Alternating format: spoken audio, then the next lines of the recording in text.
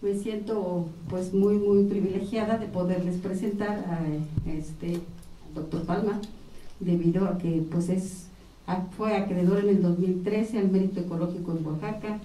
Ha trabajado por muchos años con este tema que es realmente tan importante desde el punto de vista económico para Oaxaca. Y además quiero comentarles que estamos trabajando ahora como equipo en un proyecto que se llama Resignificación de los mezcales de la Mixteca oaxaqueña para CONACYT.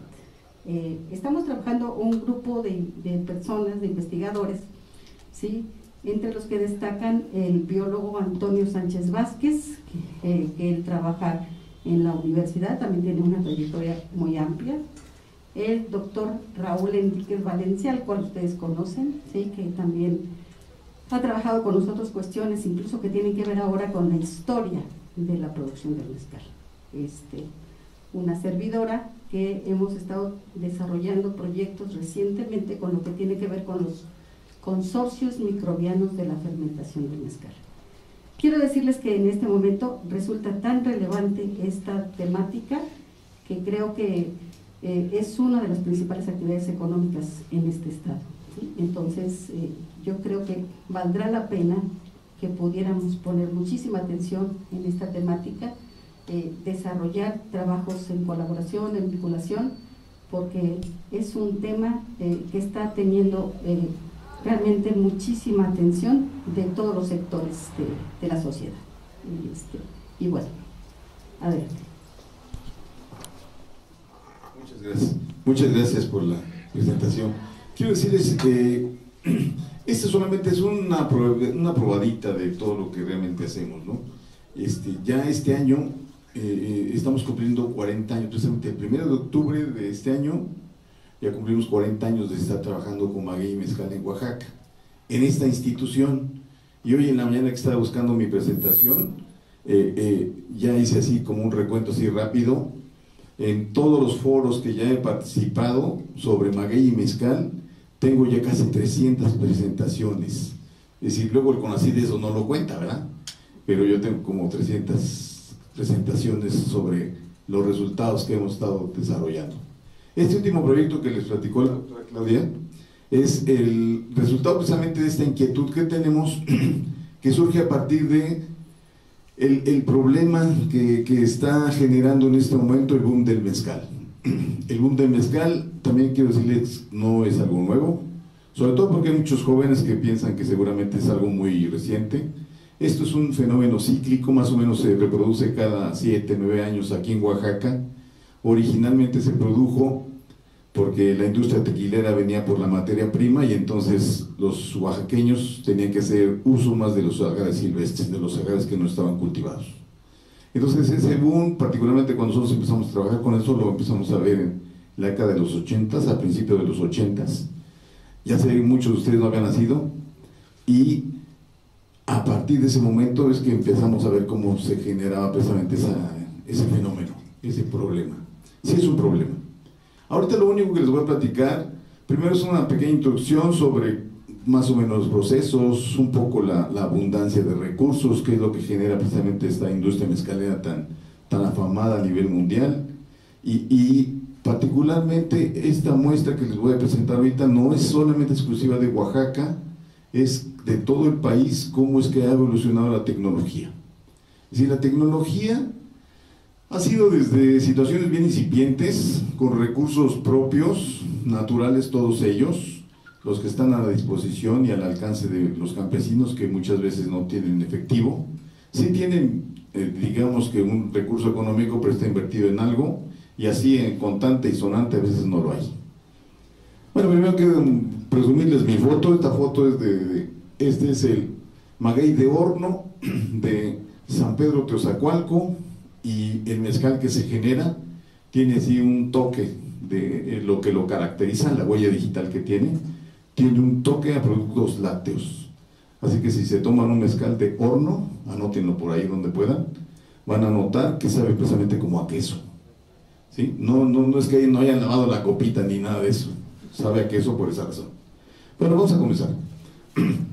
Primero que nada quiero decirles que esto de las adaptaciones tecnológicas tiene que ver con el entorno, con el origen del uso de los agaves en estas latitudes del mundo. Estas son las cuevas de Guilana Kist.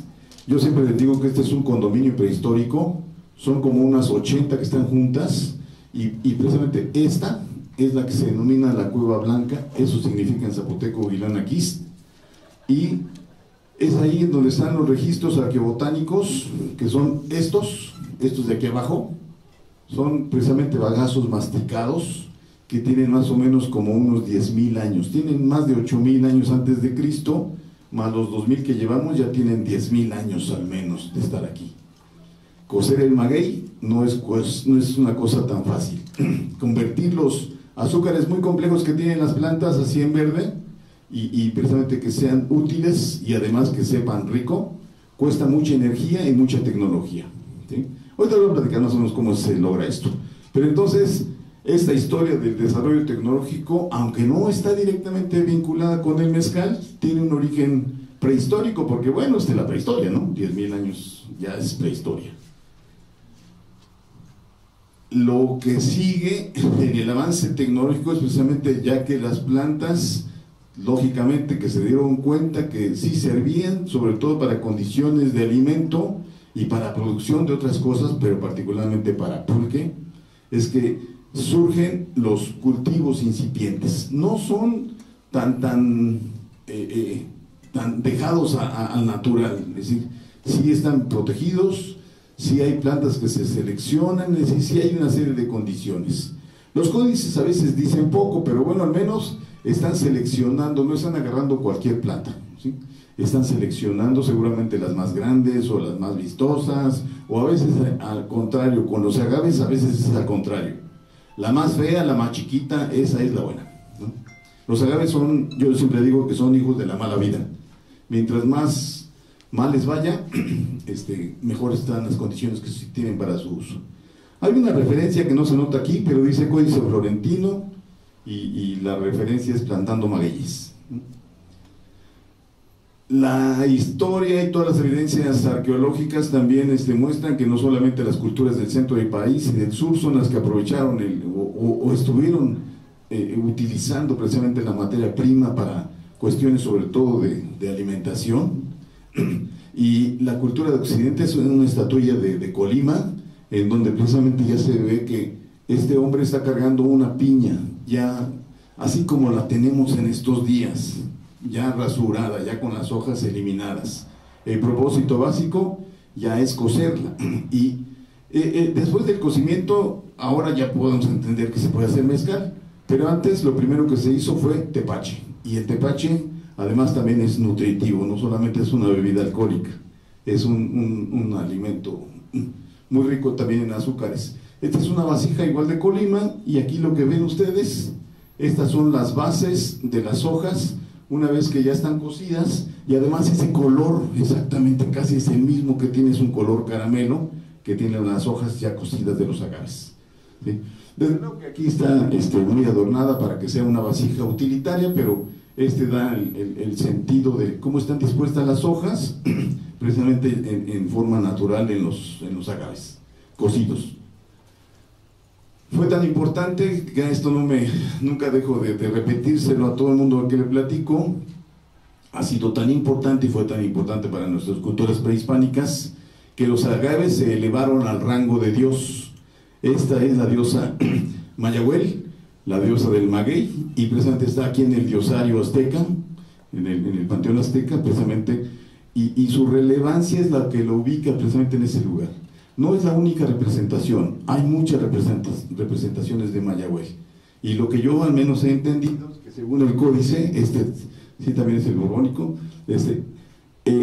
según el códice es la trascendencia de la imagen que tiene. A mí es la que más me gusta, pero hay otras más sencillas, otras más simples. Mayahuel, aquí en esta imagen, tiene parece un atado de fibras, ¿no? Parece un atado de isle, pero en realidad no lo es. Como la importancia más grande que tuvo en las culturas de Mesoamérica es para la bebida alimento, que es el pulque, entonces esas son unas raíces de una planta que se llama zarzaparrilla, y que normalmente se utiliza para hacer esto que le llaman la cerveza de raíz, es un fermento, y aquí se utiliza, bueno, ¿por qué está con Mayagüel? Porque ella es la que ayuda a que se produzca de mejor manera el pulque. Desde luego ya está saliendo de esta imagen que es un maguey estilizado, tiene un tocado que son flores estilizadas también de los agaves, y desde luego todos los adornos que tiene hablan de su trascendencia y de su importancia. El color también es importante, está asociada con Huitzilopochtli, con el todopoderoso de los dioses. El color azul es lo que está implicando. El color rojo ahorita no exactamente recuerdo, pero también tiene algo que ver con la tierra, entonces también nos está diciendo algo esos colores. No está pintada nada más así porque al pintor le gustaba el verde y el rojo. No solamente se quedó entre los nahuas, los zapotecos. Esta es una urna de Sachila, es Pitao-Cosijo, es el dios murciélago. Los murciélagos son los mejores fertilizadores de los agaves, ellos son los responsables de que haya semillas. Entonces, lo que han encontrado últimamente los historiadores es por qué tan importante era el dios murciélago entre los zapotecas, porque seguramente que se dan cuenta que no solamente fertilizaba las plantas, sino que además controlaba las plagas. O sea, es una trascendencia enorme, ¿no? La que tiene el Pitao-Cosijo. Los mayas no se quedaron atrás, es Abná, el dios presente del Quitamqui, es el nombre del maya de los agaves, y lo mismo, ¿no? Quitamqui desarrolla mucho de la cultura maya precisamente peninsular. Esa es la que determina la trascendencia de la cultura precisamente en esas latitudes. Y bueno, así que ellos también lo tienen ahí venerado al maguey. Ya que llegan los europeos, su interés por estas plantas también es pues importante. Quieren saber qué pasa con ellas, pero sobre todo con las utilitarias, no solamente los agaves, aquí sí hay que reconocerlo, no solamente los agaves. Y entonces el rey de España en turno manda precisamente a Francisco Hernández en una expedición pues particular para que pudiera determinar qué es lo que hacía la gente con sus recursos que tenía precisamente a la mano. Estas hojas son precisamente del escrito que genera el Rerum Medicarum y tiene al menos a 4 especies de agaves por la trascendencia que tiene. Desde luego que yo creo que no tenía buen dibujante porque no se parecen mucho a las especies de las que habla, pero hay otros escritos, hay otros documentos en donde tienen mejor apariencia las especies. Bueno, lo que sucede también con las bebidas antes de que fueran mezcal es que este es un mapa de un señor que se apellida Bruman y habla sobre las bebidas precisamente fermentadas pues él dice aborígenes, ¿no? Pero de los nativos de este país. Aquí particularmente lo que me interesa es que vean el área que está numerada con el 5, que es la que corresponde precisamente a mezcal, y en realidad es toda la costa pacífica de nuestro país. Y así es como actualmente está descrito, o más bien, esa es la configuración que actualmente tiene geográficamente la región de mezcal de este país. Casi todos los estados de la costa pacífica son productores desde antaño de la producción de estos destilados. En el norte, el límite es Sonora. Actualmente incluso tiene una bebida de agave que es el bacanora, tiene su propia denominación de origen. Ellos parece como si se pusieran aparte, pero solamente es otro mezcal. Y así vamos avanzando. Jalisco tiene el suyo propio, que no son los tequilas, pero es en realidad el mezcal de tequila, ese es el nombre original, y ya le quitaron el primer nombre y ahora solamente se quedó tequila.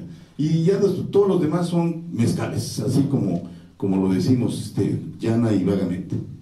A ver si ahora si quiere. Sí. La configuración actual, este es el mapa de la Conavio, de los magueyes y mezcales de México, aunque esta edición todavía fue muy apresurada porque todavía tenemos aquí algunos errores. También nosotros participamos en el diseño de este mapa. Aquí la península está ejemplificada, está reconocida precisamente no por su producción de Ixtle, sino porque también ya produce una especie de mezcal. Los yucatecos, como son dados a decir que todo es así muy especial, Ellos dicen que es el tequila yucateco, ¿no? Ni es tequila, ni es yucateco, ni es nada, pero es un mezcal, ¿no? Es de agave furcóides, es con el agave que se obtuvo fibras durante muchísimo tiempo en la península. Hay muchos todavía, y lo que ahora ya hay menos es producción de fibra, por eso es que se usa más para los fermentados y destilados. Y desde luego, todos los estados, como dijimos, de la costa pacífica, producen mezcal, y están reconocidos en la norma oficial mexicana y en la denominación de origen que tienen sobre este particular. Las especies, estos números que aparecen ahí son 2 cifras. La primera de ellas dice el número de especies del subgénero agave, que es un tipo de los agaves, y el otro es del otro subgénero que se llama Litea, y la tercera cifra, que es el resultado de la sumatoria, nos dice cuántas especies hay en esa región. Somos el centro de distribución mundial de los agaves, así que es aquí en donde está la mayor cantidad. Pero ya saben que el centro también tiene otro centro, ¿no? El centro del centro es Oaxaca. La Mixteca, bueno, yo hice mi tesis en 1991 sobre el género agave, me tardé 7 años muestreando, mi unidad de muestreo nada más era el estado de Oaxaca, no había ni tantas carreteras como ahora, ni tantos medios de transporte como ahora, entonces yo estuve muestreando 7 años todo el territorio, hasta que terminé, ¿no? Bueno, también entre comillas, porque hay algunas regiones que jamás visité también, ¿no? Pero en ese momento determiné con mi tesis que el centro, digamos, el punto central del centro de distribución mundial era la Mixteca, el distrito de Huajuapan. Y ahora, después de 40 años, se ha recapitulado exactamente lo mismo y solamente se sigue reconociendo eso, ¿no? Sí, ese es el centro mundial, ahí es en donde está el mayor número de especies. La denominación de origen es un relajo político, ¿sí? En realidad, bueno, yo tengo otro mapa que esta vez no traje, pero en realidad es más fácil decir en qué entidad federativa de nuestro país no se hace mezcal, ¿sí? Es más fácil, porque incluso ya les dije que también en la península hay destilados, ¿no? Hay mezcales. Todas las bebidas de México que se produzcan con la materia prima agave se llaman mezcal según la denominación de origen. Algunas se han segregado, está la raicilla, que es de Jalisco y Colima, está el bacanora, que es de Sonora, está el tequila, que es de Jalisco, y así hay varios, ¿no? Hay uno más, comiteco, nada más que comiteco lo que destilan es pulque, originalmente también fue igual que en Oaxaca, ¿no? Maguey espadín, y con el mismo procedimiento, pero ahí se trastocó la industria y ahora es más fácil que destilen pulque y producen esa bebida, el comiteco. Es otra cosa. Pero bueno, entonces aquí los estados que están en el color más oscuro son los originales de la denominación de origen, porque se determinó que fuera de esa manera por el volumen de producción que tenían. Pero bueno, Oaxaca tiene en este momento más del 80% de la producción nacional, y como la denominación de origen se refiere a la región del mundo en donde se produce la bebida, entonces tenemos que hacer una corrección, ¿no? Tiene el 80% de la producción mundial de mezcal, el resto se divide entre todos los demás estados. Los que están en color verde clarito son los que tienen, los que están en el color oscuro son los originales de la denominación de origen, pero también en donde todos sus municipios, todos son reconocidos como parte de la área de distribución del mezcal, de la denominación de origen. Así que en esos territorios en verde oscuro, cualquier municipio, cualquier campesino, cualquier productor puede producir mezcal y estar reconocido y protegido por esa denominación de origen, ¿no? Políticamente no sucede así, ya saben que en cada lugar cada quien interpreta la ley según sus beneficios. Y en Oaxaca se hizo precisamente una lectura así bastante sesgada de lo que era la denominación de origen, y originalmente en 1994 sale precisamente la declaratoria del gobierno local, más bien del Congreso local, que es el que hace la interpretación de la ley, y entonces solamente determina que 7 distritos. Pero el original dice que todo Oaxaca, así que eso es por el que seguimos peleando ahora, ¿no? Todo Oaxaca. No hay ningún lugar de Oaxaca que no deba de llamarse mezcal. En los otros estados que están en verde claro, solamente algunos municipios son los que tienen la denominación de origen. Entonces ustedes van a ver, ¿no? Tamaulipas, por ejemplo, tiene 11 de 43, Guanajuato nada más 2 de 46, y así están esos números, ¿no?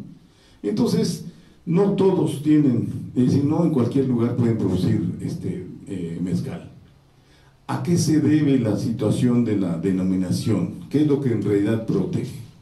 Debería estar protegiendo precisamente al productor, no al comercializador, ¿no?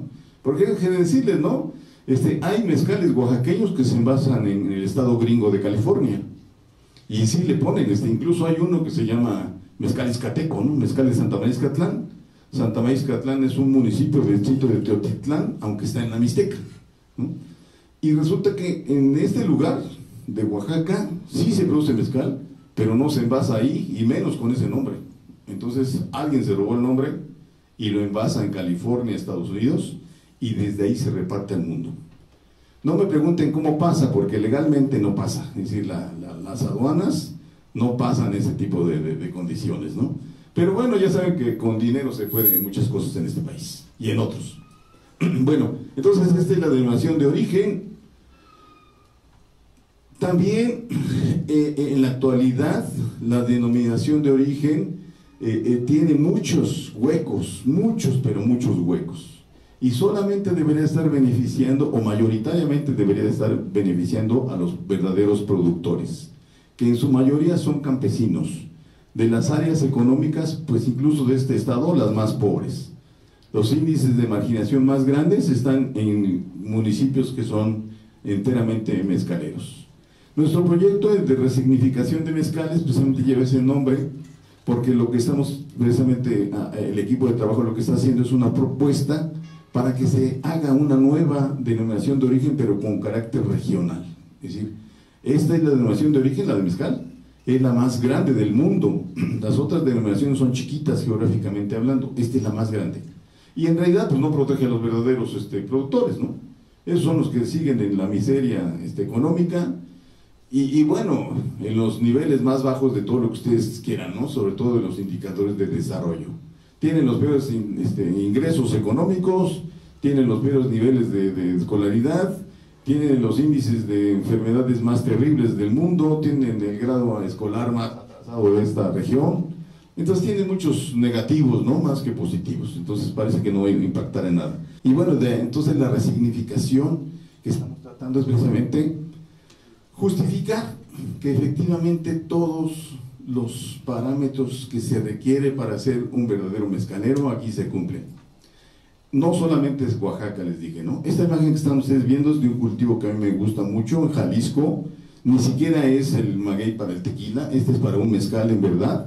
Este es agave rodacanta, aquí en Oaxaca le decimos maguey mexicano. Pero como esos cuates tienen una tradición de producción así bastante reconocible, pues es una plantación verdaderamente increíble, ¿no? Se ve hermosa, además es muy vistosa. Pero no solamente de cultivados es de lo que se produce actualmente los mezcales. Déjenme decirles que en este momento los volúmenes de producción sí empezaron a bajar con respecto a los que se producen con especies silvestres. La demanda actual está más bien basada en especies raras. Este es un agave oaxaqueño, de los más difíciles de encontrar, y que también ya se está haciendo mezcal. Se llama agave escaposa, nada más está en 2 distritos de Oaxaca. Si quieren saber dónde está, lean mi tesis, porque no les voy a decir ahorita. Y agave escaposa, pues si ustedes lo ven, es una planta maravillosa. Por ahí tengo yo una foto donde estoy parado con él, y le llego como a tercera parte de su tamaño, ¿eh? O sea, soy un enano parado ahí con él, por eso es que me da pena ver la foto. Entonces, este es un gigante verdaderamente, es verdaderamente hermoso. Y sus poblaciones, pues no son muy abundantes, es decir, lo que hay en el campo es poquito. Pero no solamente de que es silvestre, sino de todos los silvestres. Y en algunos lugares, incluso los industriales ya lo que están haciendo es que contratan grandes cuadrillas de gente, generalmente pues con un apuro económico, jóvenes, todos ellos, nos ha tocado verlos, jóvenes, y arrancan todos los magueyes que se encuentran a su paso. Hagan de cuenta que van en una de esas formaciones así como militares de las películas y de las series de acción, ¿no? Están todos formados en línea, a una distancia de un brazo, ¿sí? Aquí donde termina mi brazo está el otro, y llevan un piscador, que es un canasto de carrizo, se encuentra un maguey, que el que sea del tamaño que sea, lo arrancan y lo echan. Y ya que se llena el piscador, van y lo vacían en un camión de volteo. De esos hemos encontrado así varios cientos de camiones. Y luego se van para donde el productor, que es el que los contrató, tiene su plantación. Ahora es verdaderamente increíble que encuentren agaves oaxaqueños, por ejemplo, en Aguascalientes, en Guanajuato, en Querétaro, en todo el Bajío, hay agaves oaxaqueños, que vinieron a arrancar aquí y se los llevaron para allá, ¿no? Entonces, ese es uno de los grandes problemas que ya tenemos con este asunto. Ya hay una verdadera rapiña. Ya que se selecciona la materia prima cultivada o silvestre, lo que procede, el siguiente paso, que ahora sí es en donde ya empieza la verdadera historia de esta plática en general, es la cosecha. Es muy simple, hay que eliminar las hojas no sirven para hacer mezcal, y no nos hay que dejar precisamente la parte que es el tallo. De todos modos, aquí tiene mucha penca, tiene mucho residuo de hojas, se necesita muchísimo menos, y tiene que quedar como está esta piña. Este es un tobalá, precisamente muy cerca de Teozacualco. Debe pesar más o menos como unos 30 kilos, pero parece que fuera chiquita, y parece que 30 kilos no significa mucho. Sin embargo, los agaves tienen estrategias para acumular azúcares, que es lo importante en la fermentación. Eso es lo que va a valer en la destilación. Y esta piña tan chiquita tiene más azúcar que la grandota de la imagen anterior. Entonces, la imagen anterior, si se lo notan, pues es más o menos como la mitad de la estatura del compañero que lo está rasurando, ¿no? Pero tiene tanto azúcar, o tal vez un poco menos, que este baloncito de básquetbol que está aquí cosechando nuestro amigo aquí se llama Santa Cruz Mitlatongo. Entonces, aquí son estrategias, y esto es parte del conocimiento. Es decir, no necesitas grandes piñas, porque seguramente que lo que más tienen es agua, ¿no? Y bueno, también son cuestiones que van quedando precisamente como parte del manejo. Ya que se cosechan, se llevan a la fábrica. Normalmente en Oaxaca decimos palenque a la fábrica, y ahí se van a procesar. El primer paso del proceso es la cocción, y para ello precisamente se sigue la estrategia que no es actual, es una que ya tiene una vigencia pues milenaria. Este es un horno para cocer maguey prehistórico. Algunos son de Sonora, estos son del norte de Oaxaca, del norte de Oaxaca y su límite con Puebla. Es solamente un montón de piedras que se pusieron una vez que se consumió la leña para que se calentaran, y encima de ellos pusieron las piñas de maguey ya para que se rostizaran y se convirtieran los azúcares en azúcares útiles. Este es un horno prehistórico, más o menos tiene como unos 13,000 años.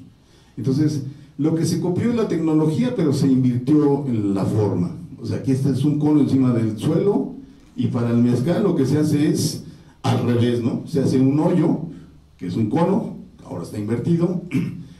Las piedras son importantes. Las piedras de lo que se usa precisamente es como por su poder refractario, es decir, acumulan calor y luego lo liberan para que puedan precisamente cocer al objeto que se está pretendiendo ahí transformar, ¿no? Que en este caso son generalmente agaves, son magueyes. Las hojas que aquí se ven, hojas de palma. La temperatura que alcanza, primero que nada quiero decirle algunos datos técnicos, porque este es el asunto de lo que se ha manejado, es decir, esto es parte de la evolución de ese proceso, ¿no? Si no lo recuerdan o si no lo saben, el papel se inflama, es decir, produce una llama, 414 grados centígrados. O sea, no se inflama cualquier cosa, por eso cuando te toca la flama, pues te quema automáticamente, ¿no? Es un montón de grados, cientos de grados. Bueno, entonces la madera y el papel tienen el mismo temperatura de combustión, es decir, sacan flama a más de 400 grados. Las piedras se empiezan a calentar más o menos a esa temperatura y empiezan a cambiar sus tonos, y no sé si han escuchado el término, alcanzan primero el rojo vivo. El rojo vivo son 700 grados, pero luego pareciera que se siguen calentando, y luego pareciera que va desapareciendo el color rojo y va apareciendo uno blanco. Y entonces decimos que está caliente al rojo blanco, aunque ya no hay rojo, pero se llama rojo blanco. Y esos son más de 900 grados. Entonces, si tú pones un maguey a esa temperatura, lo más probable es que esa parte que toca del maguey, los 900 grados, pero así se carboniza casi inmediatamente. Entonces, para evitar eso, los mezcaleros, que seguramente saben más física que nosotros, le ponen precisamente un difusor. Y ese difusor de temperatura son las hojas. Estas hojas normalmente son verdes, pero aquí ya están cocidas, ¿no? Ya están rostizadas. Y algunas no lograron salir porque aquí se quedaron carbonizadas totalmente. Las piedras entonces son el poder refractario.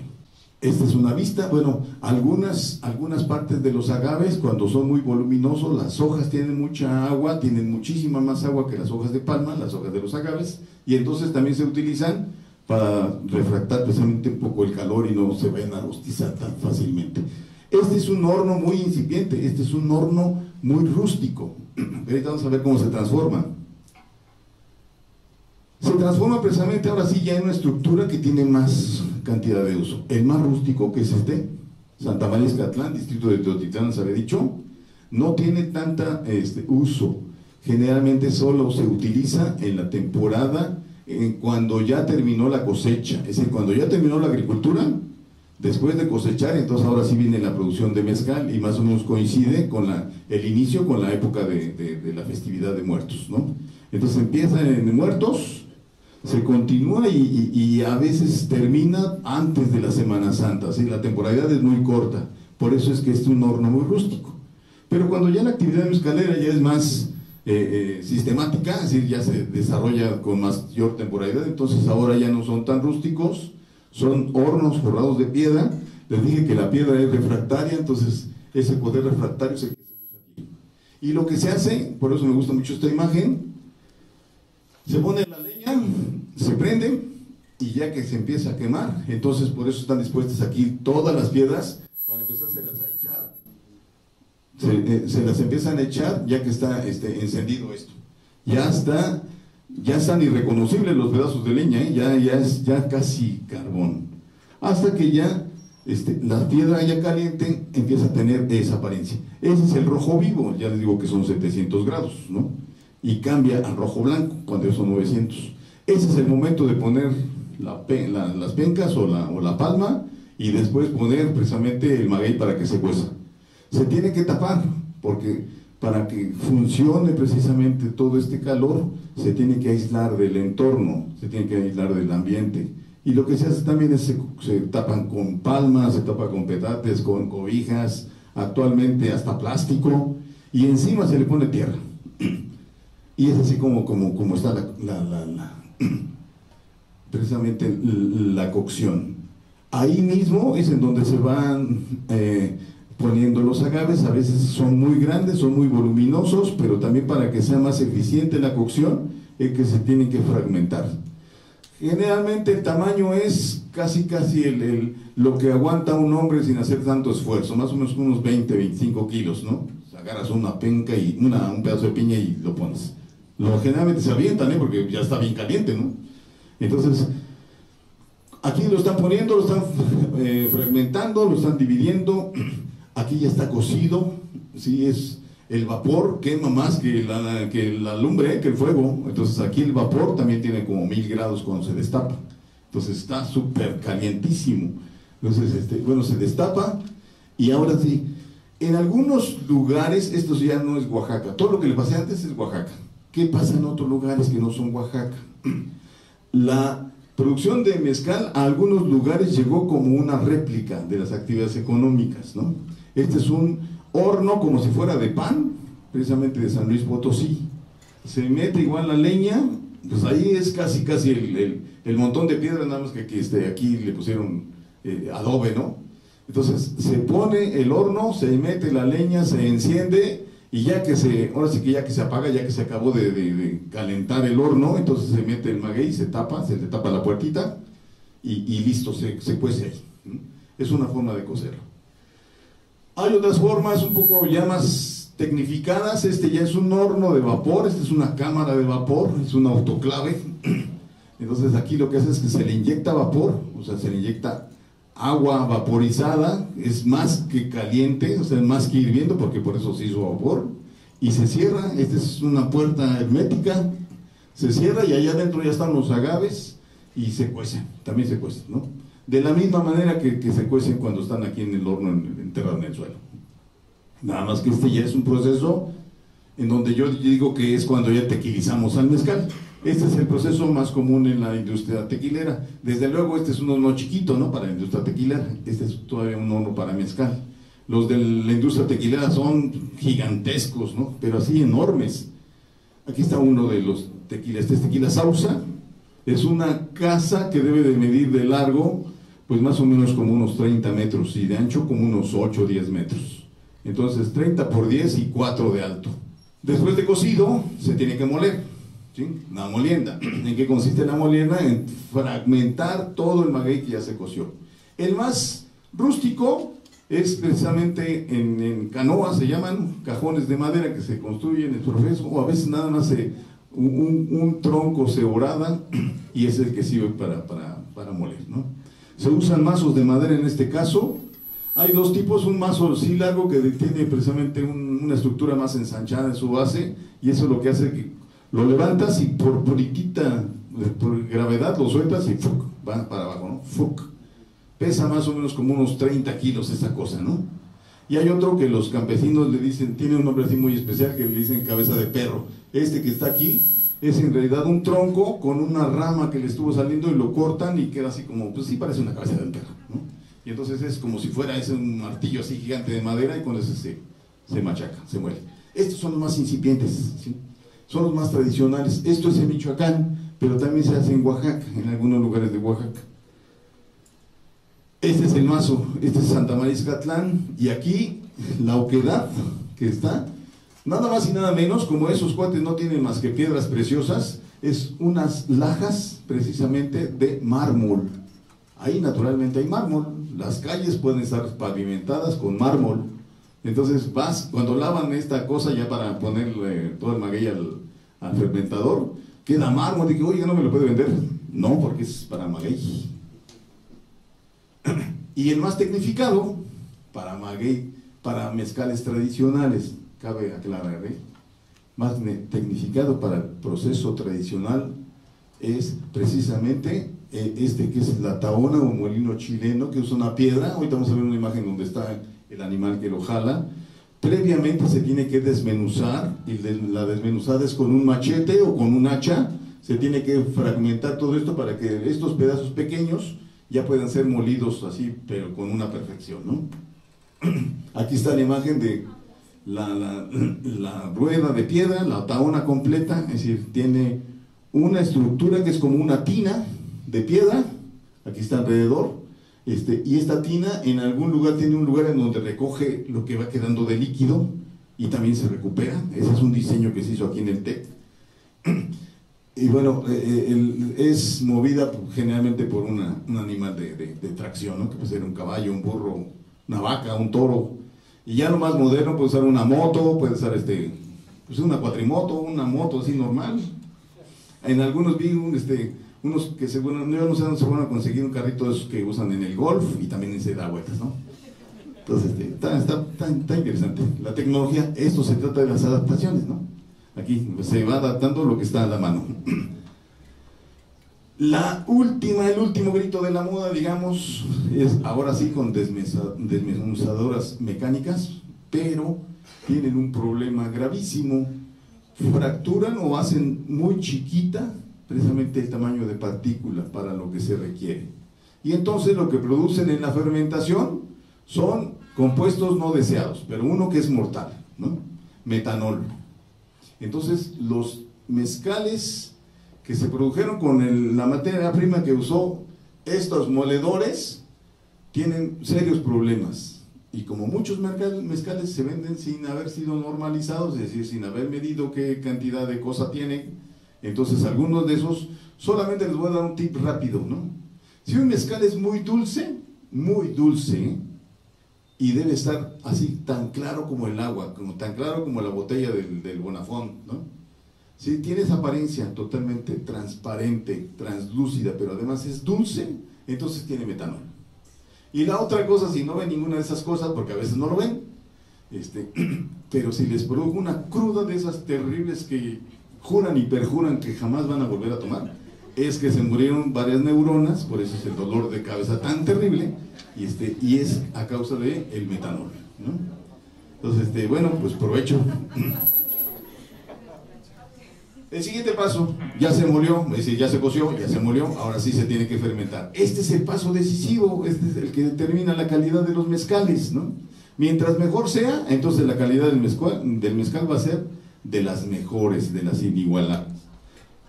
Los fermentadores, porque ese es el recipiente, así se llama el fermentador.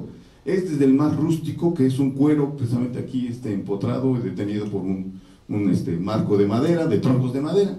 Santa María Izcatlán ya es el único lugar de Oaxaca donde están, y hay otros lugares en el país en donde todavía también están. Este cuero es el recipiente en donde se pone precisamente el maguey que ya fue cocido, se va poniendo, e incluso hasta pueden hacer así, igual que con las tinas de otra naturaleza, ¿no? Pueden hacer así una serie, si tienen 2, 3, según vayan teniendo necesidad. En este pueblo en particular, Santa María Izcatlán, hay una comisión, así como está en nuestros pueblos.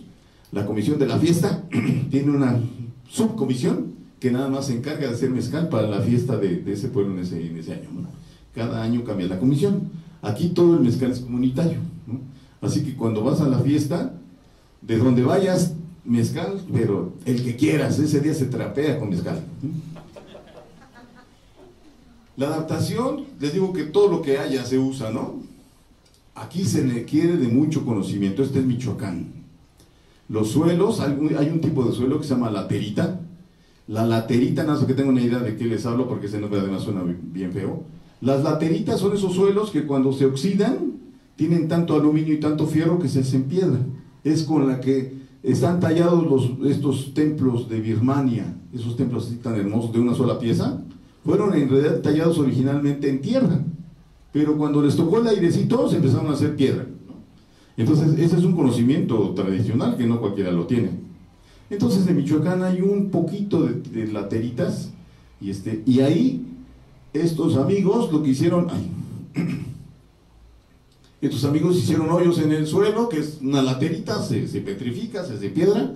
Entonces ahí es en donde ponen el maguey y luego le ponen agua, ¿no? Son impermeables, no se les filtra realmente mucho. En Oaxaca no hay, pero bueno, también es importante que lo sepan, ¿no? Que sí hay hoyos en el suelo que se pueden usar como ollas. Sí existen. Entonces ese es el más raro que existe en este país. Después, pues las ollas, ¿no? Es decir, si no hay recipientes más que ollas, pues en ollas. La espuma que ven ustedes aquí no es jabón ni mucho menos, es precisamente uno de los compuestos que se producen durante la fermentación. Naturalmente lo tienen contenido los agaves, se llaman sapogeninas. El mito aquel de que los mezcales eran afrodisíacos ya no es un mito, es algo comprobado. Tienen químicamente precursoras de hormonas sexuales humanas, así como lo escuchan. Hormonas sexuales humanas. Así que si se toman un mezcalito y se ponen así medios happy, es por esa razón, ¿no?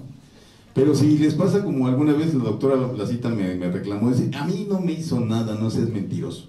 Bueno, las hormonas primero lo que hacen es que si estás enfermo, te empiezan a componer, te empiezan a regular, y ya que estás bien, o sea, ya que no tienes ninguna dolencia de nada, entonces ahora sigue lo happy, ¿no? Entonces, si a la primera se ponen bien enloquecidos, es por esa razón, están muy sanos. Pero si no, tienen que tomar más veces, más mezcal. Bueno, entonces, aquí, las ollas, incluso, no creen que de en vano están alineadas, son los días de fermentación. Aquí, la fuerza de trabajo nada más es la familia. El padre o la madre, ambos, tienen el mismo papel protagónico en esta producción. Entonces ellos son los que van determinando qué tanto se va a fermentar, porque seguramente ellos también son los que fueron a cosechar, son los mismos que fueron a cocer el maguey, son los mismos que van a destilar, son los mismos que van a traer la leña, sí, son los mismos. Entonces puede ser nada más ellos dos o sus hijos, y difícilmente hay un empleado, difícilmente, porque si no también pues no hay gran producción, no hay venta, entonces pues no hay ganancia. Bueno, entonces son mezcales, estos sí son de Oaxaca, San Juan Bautista Jayacatlán, distrito de Etla. Son unos bancos de madera que un abuelito de Teosa le dice canoas, pero son unas canoas gigantes. Son así, nada más tablas en realidad, bueno, pero tablas de tamaño macro, ¿no? Y se hacen esos cajones y ahí mismo se ponen precisamente a fermentar. Si lo notan ustedes, aquí están amarrados, no creen que es alambre, ¿eh? Es alambrón, es decir, casi es una varilla eso, ¿no? Entonces con esa cosa está amarrado para que no se vaya a reventar y se vaya a tirar todo lo que está ahí. Sí, son de dimensiones enormes. Este es Santa María Sola de Vega. Hay otros en donde ya, es decir, no hay canoas, no hay ollas, no hay entonces, y además el proceso ya es de un volumen bastante considerable, sigue siendo artesanal, así, unas estructuras hechas con concreto, así, son piletas de concreto, precisamente en donde se pone, pues ya que se molió el maguey, ¿no? Ya queda ahí molienda, entonces ahí ya está lleno. Entonces, el rejadito, nada más lo que permite es la maniobra para que no te vayas a caer y te hundas, ¿no? Porque una de estas piletas debe de tener más o menos como unos 2 metros de hondo. Entonces, no hay, no todos somos altos, ¿no? Hay algunos chaparritos, entonces te caes en una de esas y te ahogas. Entonces, por eso el enrejadito de madera, por meritita precaución. Solamente aquí, quiero que lo noten porque después se los voy a mostrar de mejor manera. Los destiladores tienen diferentes formas, también donde hemos encontrado una gama una diversidad enorme, ¿no? Aquí nada más quiero que lo noten, esta cosita que está aquí, que es como un cono trunco, es el destilador, no se parece a los de Oaxaca, esto es en Michoacán y en Guerrero. Los más convencionales nuestros son tinas de madera, para el mezcal tradicional, de diferentes volúmenes, pero normalmente son de más de 2000 litros, o sea, son unos tremendísimos barriles de madera así abiertos, ¿no?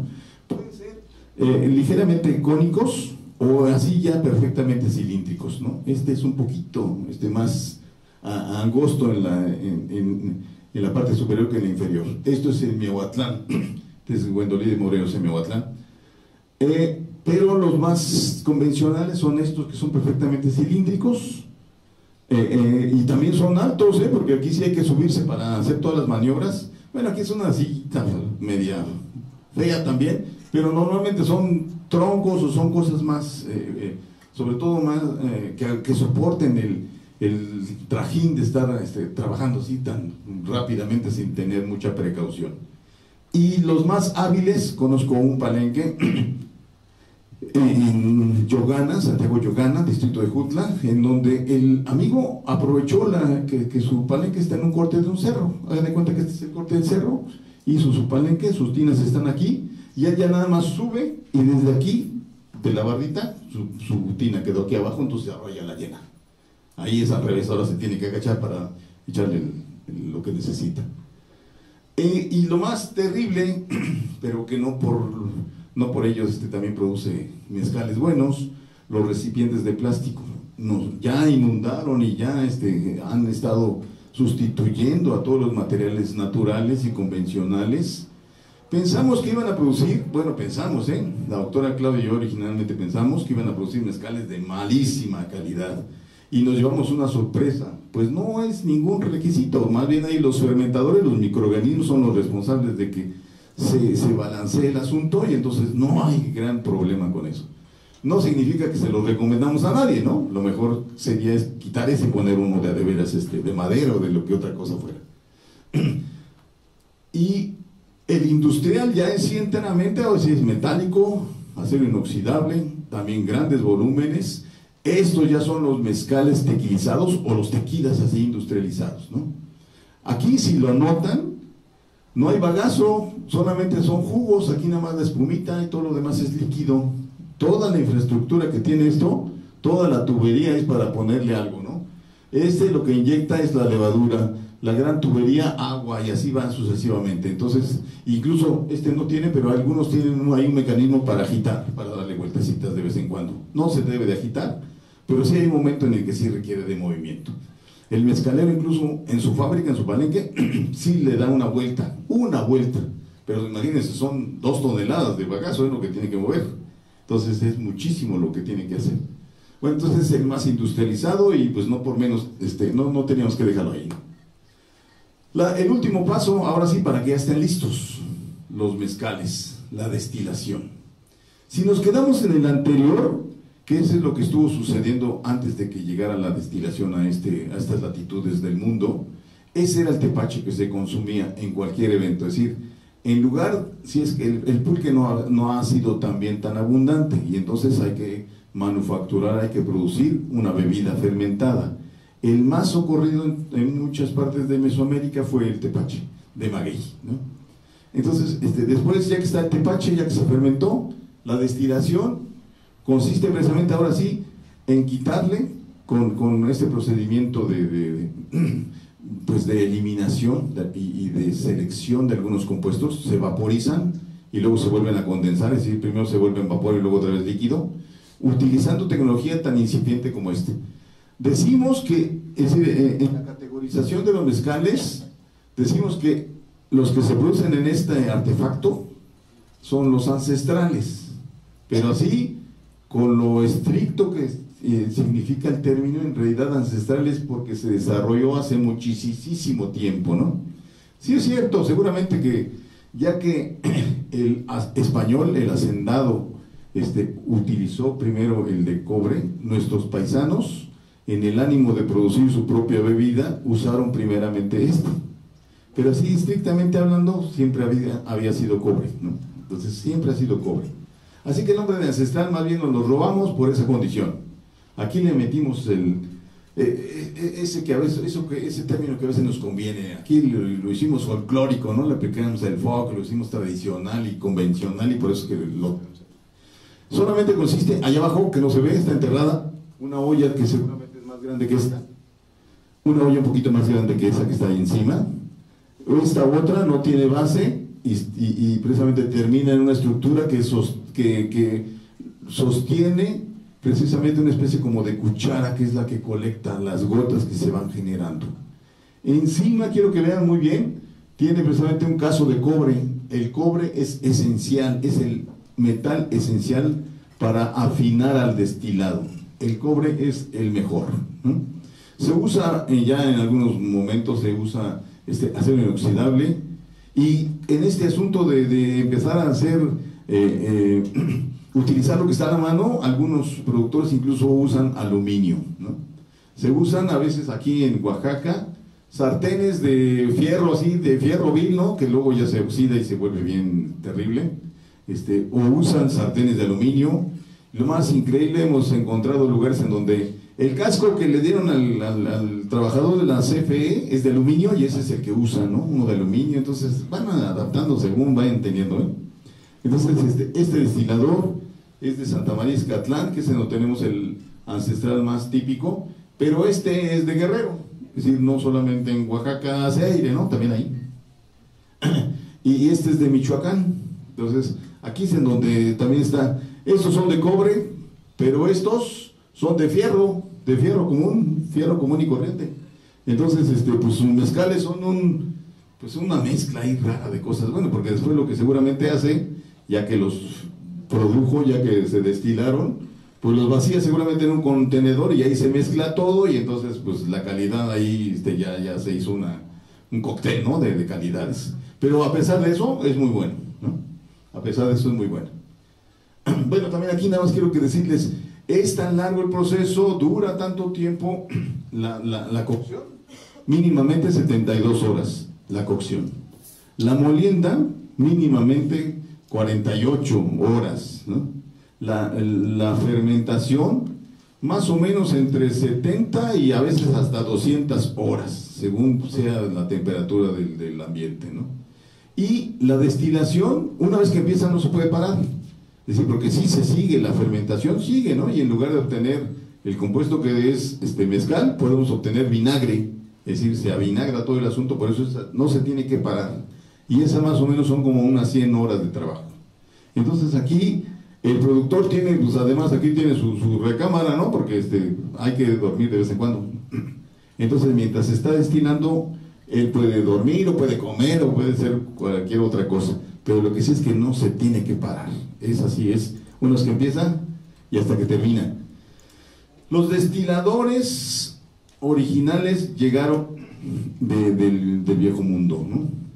Llegaron algunos, los más importantes, llegaron de España, pero como herencia árabe, como una herencia mora. Ese es el destilador más común. Pero también la nao de China trajo el destilador filipino, precisamente de Filipinas. El primer destilado que se hizo en América, después de la conquista, es uno de cocos. O sea, se usó el coco como la materia prima, y ese se llama vino de cocos. Y ese se produjo en Colima, porque la nao de China llegaba a Colima, a Acapulco, y ya no sé a dónde más, pero esos son al menos los dos puertos más grandes que llegaba, ¿no? Pero en Colima es en donde se produce originalmente el primer destilado en América, con alambiques de cobre procedentes de Filipinas. Y ya después, cuando entran los españoles, entonces la nueva, a ver, ya no me acuerdo cómo se llama ese territorio ahorita, el nombre de lo que es actualmente Jalisco, Michoacán, ahorita no me acuerdo, pero bueno, el actual territorio de Michoacán y Jalisco es a donde llegan precisamente la herencia mora que traen los españoles, y ahí es en donde empieza la destilación de mezcal, ya en cobre. Este es un tronco hueco, precisamente como destilador, y aquí adentro, bueno, si ustedes se fijan otra vez, aquí está el cobre presente. Este es un caso de cobre en ese que se fríen las carnitas, y aquí adentro tiene precisamente una estructura que es una cucharita de madera en donde se recibe precisamente el destilado, las gotas del destilado. Otra vez aquí se ve el mismo tronco, no el mismo, otro tronco, con precisamente en donde se está condensando, que es cobre, y luego como ya empieza a llegar precisamente al refrigerante. El refrigerante es en donde el vapor se vuelve a convertir en líquido, ¿no? Generalmente es de cobre, eso es lo que siempre sucede. Este refrigerante puede estar aquí adentro de esta ollita, y esta ollita permanentemente tiene agua, o puede estar en unos refrigerantes tamaño industrial. Este es el Durango, este es el refrigerante, es una pileta, más bien parece una alberca, ¿no? Así que ahí se refrigera o se refrigera, ¿no? No hay de otra. Y aquí ya está más tecnificado el asunto, porque el destilador es de madera, pero ahora ya está construido con tablitas, es decir, ya es un artefacto perfectamente diseñado. Contiene un manómetro. Esto es un manómetro, que es lo que mide la presión. O sea, estos cuates ya empiezan a tecnificar el proceso. Esto ya es Durango y Michoacán. Este es Michoacán. Este es Durango, pero exactamente en la misma condición.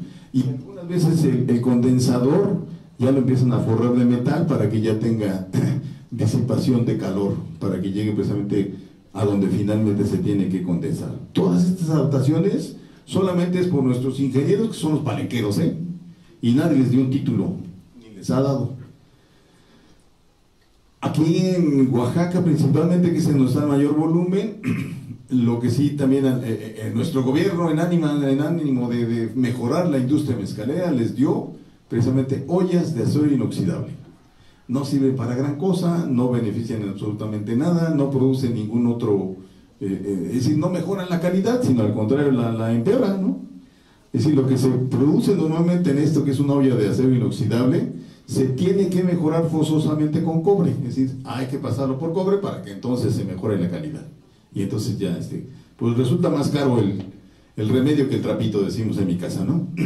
Entonces, esto es también en Teozacualco, es una olla de acero inoxidable. Y después las transformaciones y así los Frankensteins abundan ya en muchas partes del país. Esto es Guerrero, hay olla de acero inoxidable, evidente aquí abajo, un condensador de madera, un destilador de madera, condensador de cobre y un refrigerante en barro. O sea, es una mezcla de ese mezcal, quién sabe cómo se llame, ¿no?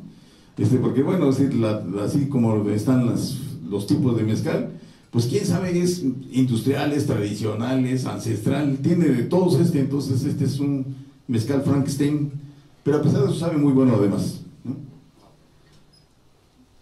Y ya lo más increíble, ¿no? Este es un artefacto en Sonora para producir mezcal. Todos son tambos de fierro.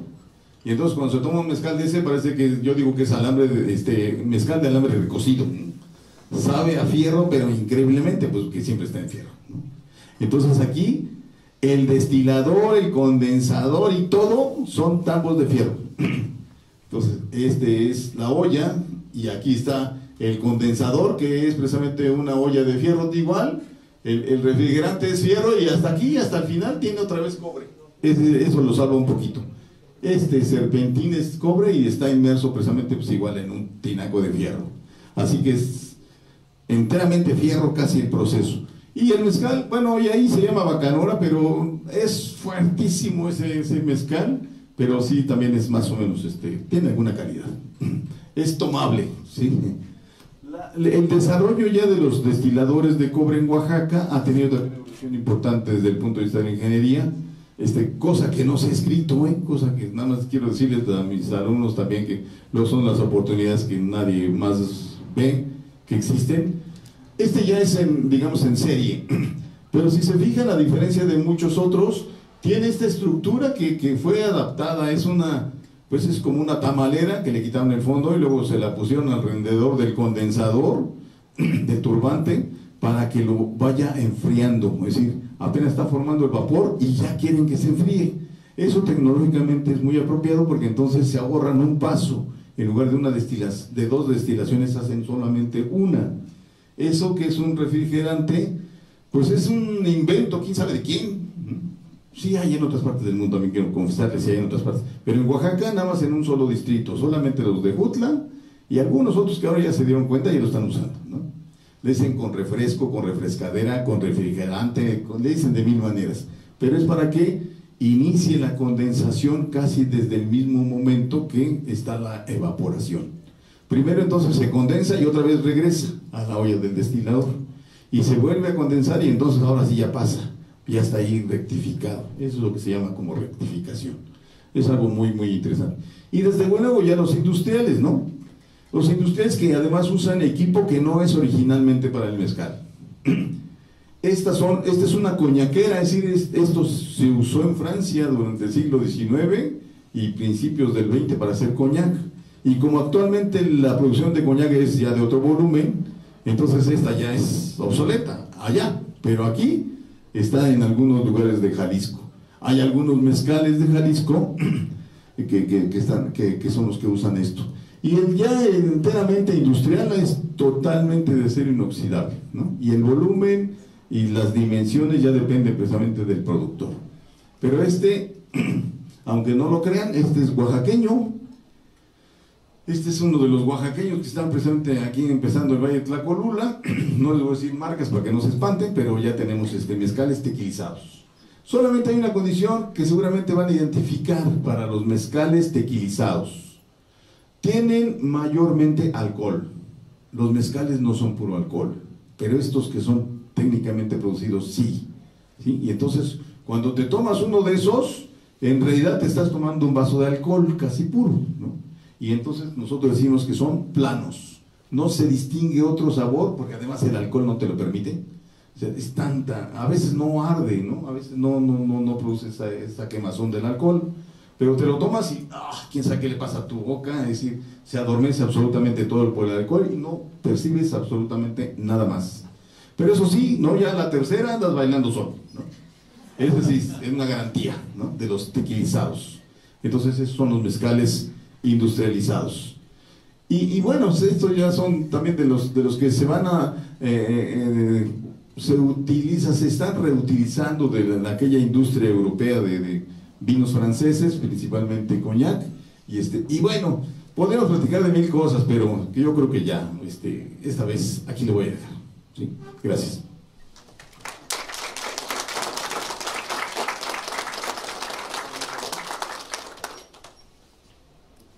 Bien, llega la hora de las preguntas, algún comentario, algo que quieran decir al público.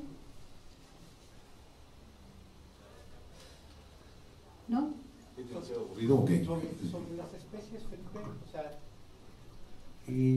comentas que, bueno, después de 40 años andando paseando en Oaxaca, el uso de las especies silvestres se ha dado tradicionalmente, pero por el auge comercial ahora es mucho mayor, o, bueno, por esto del tobalá, ¿no? Alguna vez lo platicamos, ¿cuál es el tobalá?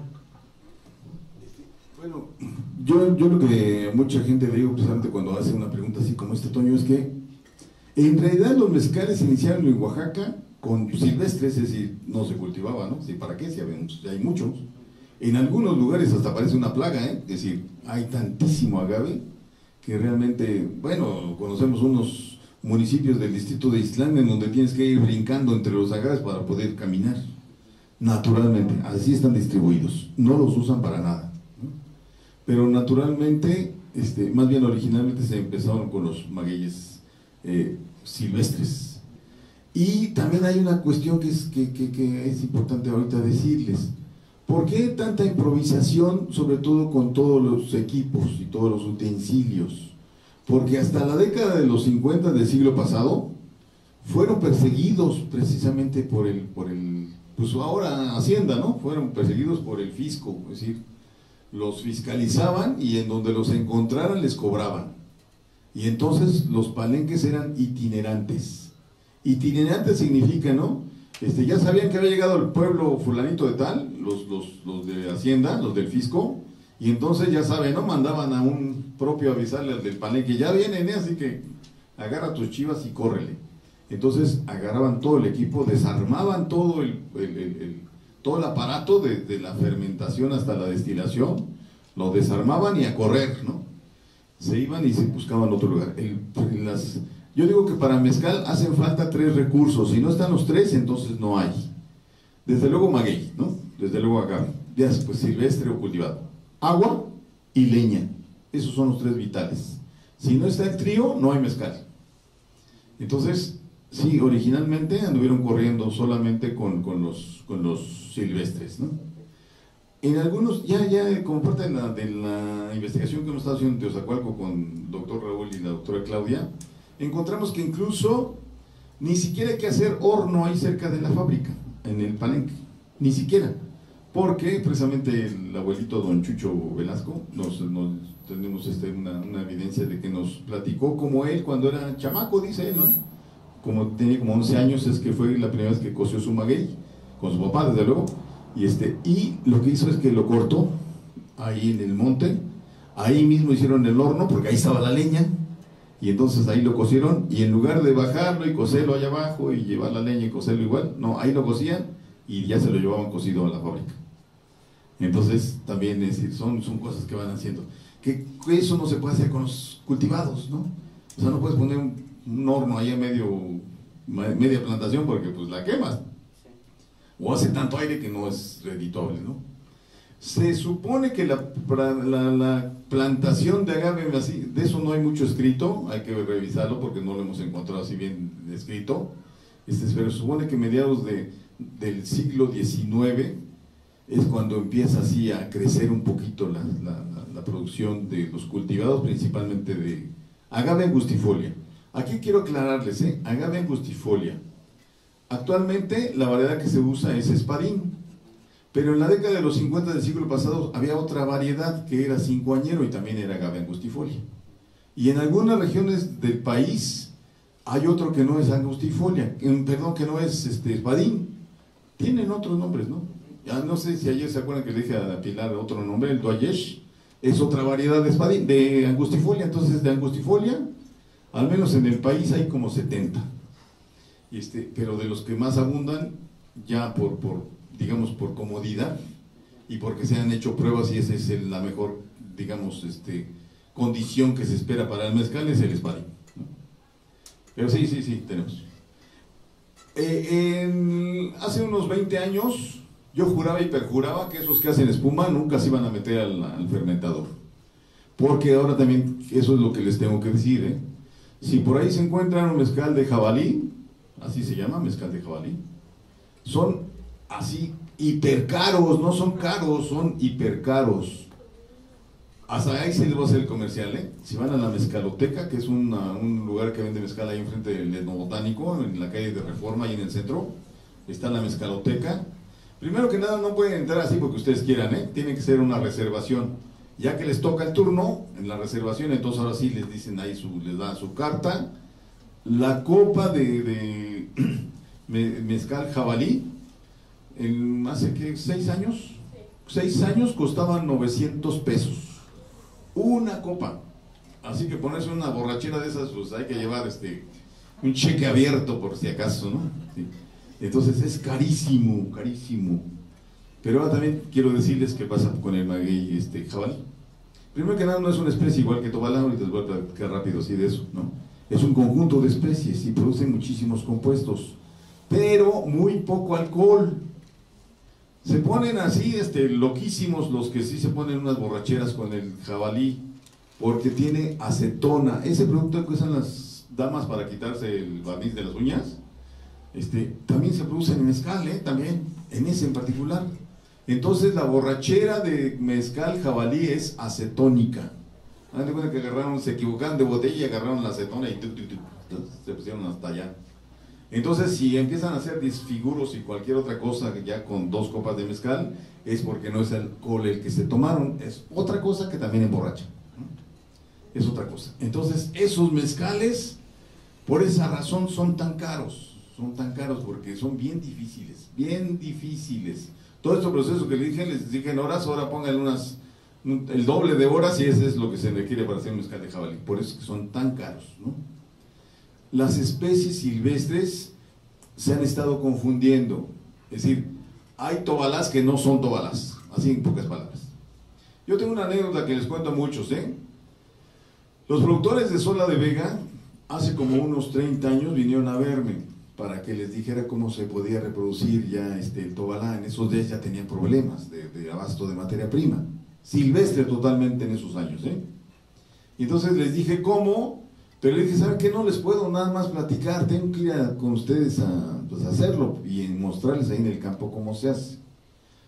Yo no tenía vehículo, aquí no te dan pero ni agua para que vayas, entonces le dije, y entonces ustedes tendrían que pagarme para que vaya yo, ¿no? O sea, me tienen que pagar para que vaya o me tienen que llevar en algo, me tienen que dar de comer, me tienen que dejar donde dormir, etcétera. Y cuando ya tengan eso, pues ya les ayudo, ¿no? Yo no les voy a cobrar nada más eso, pues, llévenme, que esté yo ahí y les enseño, ¿no? Jamás regresaron, lo hicieron por su cuenta, ¿no? Y reprodujeron el equivocado. Es decir, en el complejo Tobalá hay 4 especies. Ellos se fueron por el más grande, y es el que menos azúcar tiene. Entonces de ese tuvieron millones y millones y millones, y ¿saben cuál fue el resultado final? Se cayó la producción de mezcal de Tobalá en Sola de Vega, porque reprodujeron el equivocado. Entonces, bueno, pues a veces hay que saber invertir un poco, ¿no? Entonces hay que saber invertir para hacer esa condición. Hay 4 especies en el complejo Tobalá y hay 6 especies en el complejo jabalí, ¿no?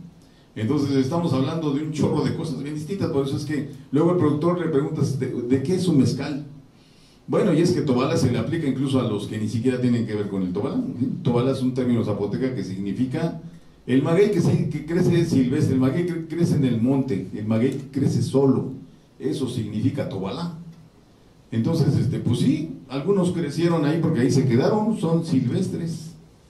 Y lo más terrible del asunto, lo más increíble, algunos productores que sí saben de mezcal, tengo un caso, San Miguel, Progreso, distrito de Tehuantepec, el productor tiene unas plantas que parecen espadines, pero ya que los vi, yo así cuando los fui a ver dije, creo que no es espadín, y es un mezcal bueno, es un mezcal bueno, pero ya que los vi, agave cisalana, el maguey que se usa en la península de Yucatán para hacer fibras, pero en África o en las grandes plantaciones.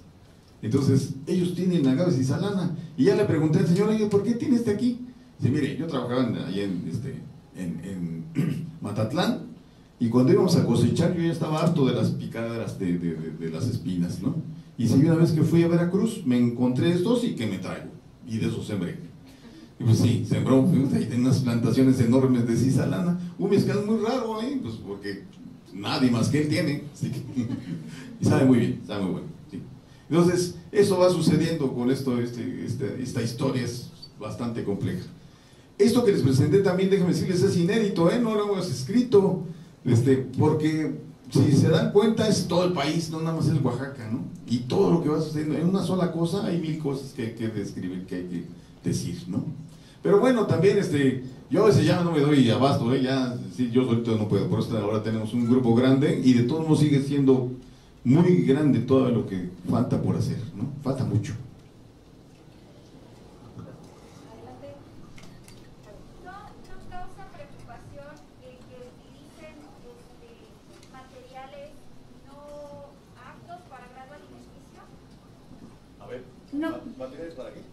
¿No causa preocupación que utilicen algunos materiales a lo mejor no aptos para grado alimenticio en la producción de mezcal? O sea, que pueda causar alguna contaminación en el mezcal de metales pesados o microplásticos. No. Afortunadamente, en este tipo de condiciones, los que nos salvan son los microorganismos que están en el fermentador, de lo que sea, ¿eh? Y ellos son los que se encargan precisamente de producir esos compuestos que van a finalmente estar presentes en el mezcal. El microplástico, por ejemplo, para que no te preocupes, pues la temperatura del destilador es también 900 grados, ¿eh? No hay plástico que aguante esa temperatura, se carboniza. O si no es que se derrite y se queda en la base de algo, ¿no? Pegado en la olla. Pero lo más seguro es que se carboniza. Sí hay algunos elementos tóxicos, pero qué bueno que me preguntaste. Pero no es producido por eso, ¿eh? No es producido por ninguno de los materiales improvisados, no, sino por la nueva estrategia que tienen los no conocedores, los desconocedores de la producción de maguey. Ya lo están fertilizando como si fueran frijoles o maíz, ¿no? Ya le están echando el pesticida que les dieron en el paquete tecnológico para producir calabaza o chile o lo que sea, ¿no? Porque sí tiene plagas, sí está plagado el cultivado. Pero los magueyes tienen una virtud que en este caso se convierte en un problema. La virtud es que lo que ellos no usan, lo guardan en sus tejidos, lo guardan en su contenido en la piña, y cuando se fermenta, que sería de la parte, bueno, cuando se cuece a esos compuestos químicos, sobre todo de los pesticidas, o sea, del fertilizante o de lo que haya echado para combatir las plagas, en la cocción no le pasa nada, en la fermentación tampoco le pasa nada, y en la destilación, para acabar de completar, ahí se concentra, o sea, se vuelve todavía más. Y entonces sí te puedes tomar una cosa que tenga, ahora sí, un cancerígeno. Sí lo hay, glifosato es cancerígeno, ¿sí? Hay compuestos de pesticidas, sobre todo de los sulfurados y de los nitrogenados, de los fosforados, que son cancerígenos. Bueno, incluso es una de las cosas que ahora está resultando, es decir, ahora la ciencia ya lo está encontrando. La industria tequilera promovió que se produjeran magueyes artificialmente, o sea, se produjeron magueyes en el laboratorio por cultivo de tejidos. Son masivos, es decir, puedes producir millones, no son muy baratos, no son fáciles de que se adapten, pero a pesar de ellos, de eso, los tequileros querían estar así como a la vanguardia de la producción agrícola en maguey, ¿no? Y los produjeron. Y de ahí los copiaron todos los demás magueyeros del país, incluidos los oaxaqueños. Hay marcas, si quieren les digo marcas, que sí usan esos magueyes artificiales, por así decirlo. Pero otro de los problemas que tienen esos artificiales es que acumulan más que los que naturalmente se reproducen.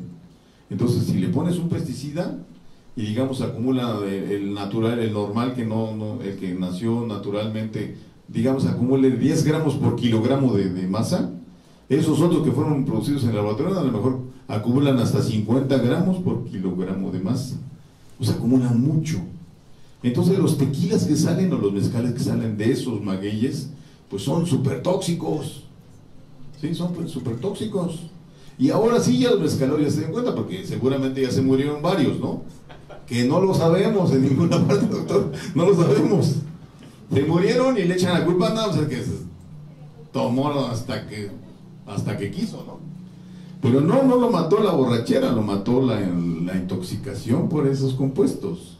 Y ahora los tequileros tienen una estrategia, tienen un laboratorio ahora para que le dicen, ¿sabe qué? Le quiero vender 200 toneladas de maguey. Pues déjeme ir a muestrearlo. Entonces van a tomar una muestra, lo llevan a su laboratorio los tequileros y determinan que no sea de esos que ellos promovieron que se produjeran artificialmente. Es decir, primero lo promovieron y ahora lo están prohibiendo, ¿no? Entonces, ya está eso. En Oaxaca ya tenemos casos, ¿no? El caso más vigente que yo tengo así de vivo, es decir, que yo lo he vivido, mezcal que compré en un lugar de la Mixteca, de un productor que se asoció con alguien más. Es decir, a veces se tiene, no a veces, siempre se tienen que asociar los que producen maguey con los que producen mezcal, que no tienen fábrica. Hay gente, es decir, aquí sí hay divisiones también del trabajo, ¿eh? Unos pueden producir puro maguey, otros pueden producir puro mezcal, otros pueden producir ambos. Esos son, digamos, los más los que tienen las mejores producciones, los que tienen ambos, ¿no? Pero si un campesino tiene puro maguey, entonces renta el palenque, renta la fábrica. Y la renta se tiene que pagar siempre casi con el mezcal, es decir, en especie. Y entonces un día compré uno, pero precisamente yo siempre les pregunto de dónde es, cómo se produjo, qué maguey. Es decir, así como su acta de nacimiento, ¿no? Para que yo sepa del mezcal. Y normalmente así para mi consumo lo que hago es que los reservo, los tengo así guardados y ya en algún momento los saco y entonces tomo uno, ¿no? Bueno, pues tengo unos mezcales que compré en la Mixteca y mi sorpresa fue cuando me serví. Primero ya tenía 2 años de reposo, 2 años de añejamiento, y cuando me lo serví, haz de cuenta que me lo serví en un recipiente con lodo podrido. A eso olía y a eso sabía. Y entonces dije, ching, ¿ahora qué pasó, no? La botella no es, el recipiente que me lo serví tampoco, entonces, ¿qué es? Y entonces ya estuve repasando y vi la etiqueta que yo le puse, y entonces ya fui a hablar con el productor y le dije, ¿no? ¿De dónde era el maguey que te trajo ese cuate, ese amigo? Y entonces ya nos dijeron de dónde. Y sí, efectivamente, estaban fertilizados. Entonces, en el momento que lo produjo no se notaba, pero conforme pasa el tiempo se va concentrando y entonces es cuando vas ya encontrando la situación, ¿no? Entonces sí hay algunas cosas.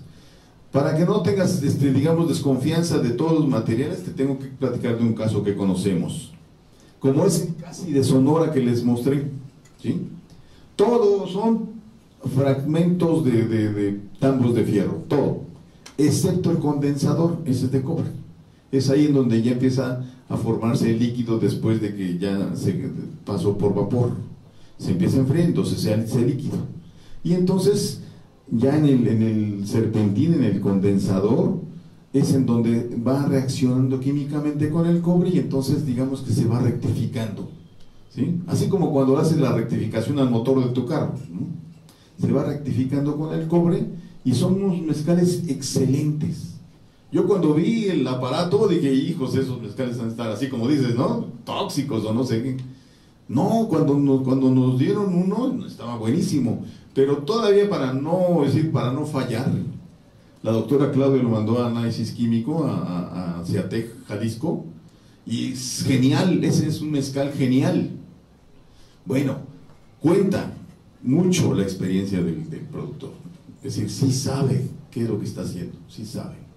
Es decir, sí sabe cómo tratar ese material que no es apto para ese producto. Sí sabe, tiene gran conocimiento. Es un gran químico para empezar, ¿eh? Y un gran físico además.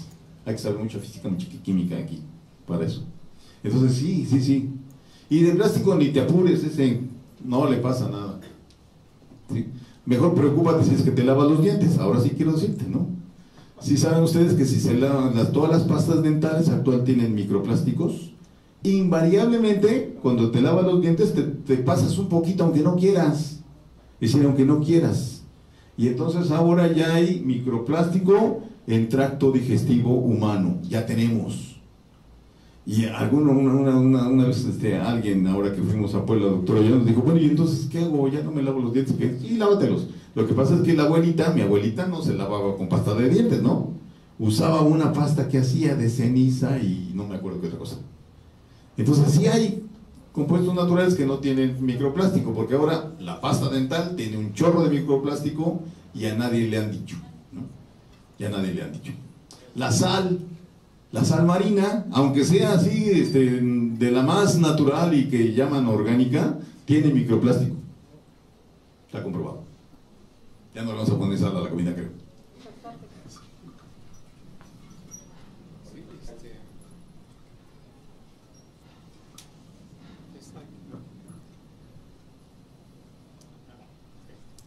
Sí, mira, yo creo que hay una relación entre el crecimiento de la demanda y lo que pasa en la producción. O sea, a medida que crece el mercado, afecta, digamos, la producción en términos de un deterioro de calidad, me parece. Así que el auge, digamos, del mezcal en Oaxaca no tiene mucho tiempo. Y el crecimiento me parece explosivo en términos de cantidad y en términos de precio. La calidad, yo no sé, es decir, no tengo datos sobre la calidad, ¿no? Pero empiezo a ver que el crecimiento de la producción pues ya no es tan cuidadoso, ¿no? La manera artesanal tenía unos saberes tradicionales que eran muy importantes. El productor se preocupaba por lo que hacía. Ahora esas preocupaciones pues ya fueron desplazadas por sacar mezcal y venderlo caro y venderlo en grandes volúmenes. Yo creo que un quiebre en Oaxaca tuvo que ver con el gobierno de Gavino, que soltó dinero a los mezcaleros, me parece, porque hay una planta que está antes de llegar a Tlacolula, que creo que son una gente de Monterrey invertido ahí, y yo tuve oportunidad de visitar la planta con unos alumnos, por cierto, y llegamos y es un plantón, seguramente a lo mejor la conoces, que tiene Guillermo Prieto, ¿no? Guillermo Prieto, exactamente. Tiene mucho capital invertido en tanques, en todo, tuberías, en todo, ¿no? O sea, difícilmente, a lo mejor, bueno, yo no he recorrido, pero difícilmente a lo mejor en Oaxaca hay otras similar, ¿no? Pero ya ahorita ya está todo creciendo. Y estaba parada. Yo como ingeniero industrial dije, ¿cómo es posible que una planta de estas dimensiones esté parada? Pues sí, estaba parada. Entonces quiere decir que, digamos, hay un desverso. Si había dinero para financiar, pues mucha gente levantó la mano, instaló la fábrica y el día de mañana ya tengo yo con qué producir, aunque no sea ahorita, a lo mejor dentro de un año, ¿no? Ya no sé el destino de esa fábrica, me imagino que está produciendo, pero esa es la preocupación. O sea, tú creo que en gran medida tu experiencia y la presentación que has hecho también nos habla de este auge, a lo mejor yo digo de una paranoia de que se ha convertido el mezcal. O sea, el mezcal ya lo encuentras en Oaxaca en todos lados, volúmenes, número de marcas y precios, ¿no? ¿Qué precios? Entonces, yo no sé si por dónde podría ser el destino, ¿no? Es decir, ¿cuál va a ser el destino? Un poco de hacer un poco de futuro de qué va a pasar con esta industria, ¿no? En Oaxaca, si el saber tradicional, como está pasando con muchas artesanías, se pierde, si la valoración es el mercado, la publicidad, ¿no? Y la colocación de un producto que muchas veces no sabes qué estás tomando, ¿no? Pues gracias por tu conferencia. De nada, doctor. Sí, nada más quiero agregarle un dato que a lo mejor es el que hace falta para que enlace esas ideas que tiene. Este boom reciente, ya decía que ha sido cíclico, ¿no? Sí, está perfectamente reconocido cuando es que está así crecidísima la industria del mezcal y cuando es que cae. Si fue, a ver, hace como unos 10 años, si fue hacia Ocotlán, apenas subiendo la cuesta, se notaba, una gran cantidad de plantas de magueyes ya en edad de ser cosechados, que empezaron a florear, cosa que no pasa en la industria mezcalera, y que se abandonaron, y lo último que hicieron es echarles lumbre porque ya no había mercado. Entonces, los que sembraron tarde ya no alcanzaron a producir nada más que pues, leña, porque ni siquiera tanta leña. Lo que sucedió, es decir, lo que da así pauta para que esto inicie con esta gravedad que actualmente vivimos, es un fenómeno que más bien es como de rebotes, así de esas carambolas de tres bandas, ¿no? En este billar que es el mezcal. Sí estamos a punto de perder todos los mezcales tradicionales, eso sí es un hecho. En este momento vamos a ir mañana de trabajo de campo, todo el equipo, vamos a ir 10. Y el productor que vamos a ver es de una familia de mezcaleros, 4 generaciones vivas haciendo mezcal, vivas, el bisabuelo, el abuelo, el padre y el hijo. Pero el hijo, como sí le apremia, porque además tiene familia, o sea, tiene una niña chiquita que no le puede decir espérate, y ya no hubo venta de mezcal, más bien ya no hubo producción de mezcal porque se acabó el maguey, y él sí no le quiere meter a los silvestres así como le están haciendo otros, y ya se fue de bracero, ya tiene 3 meses en Nueva York.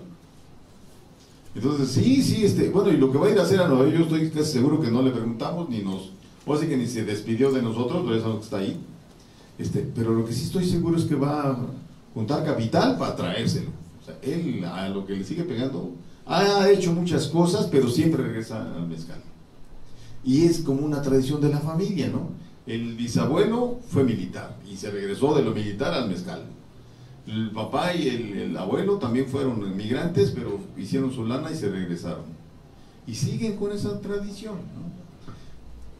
En este momento, el lugar del mundo con la mayor producción de mezcal es el municipio de San Pedro Teozacualco, distrito de Nochistlán. Ese es el lugar.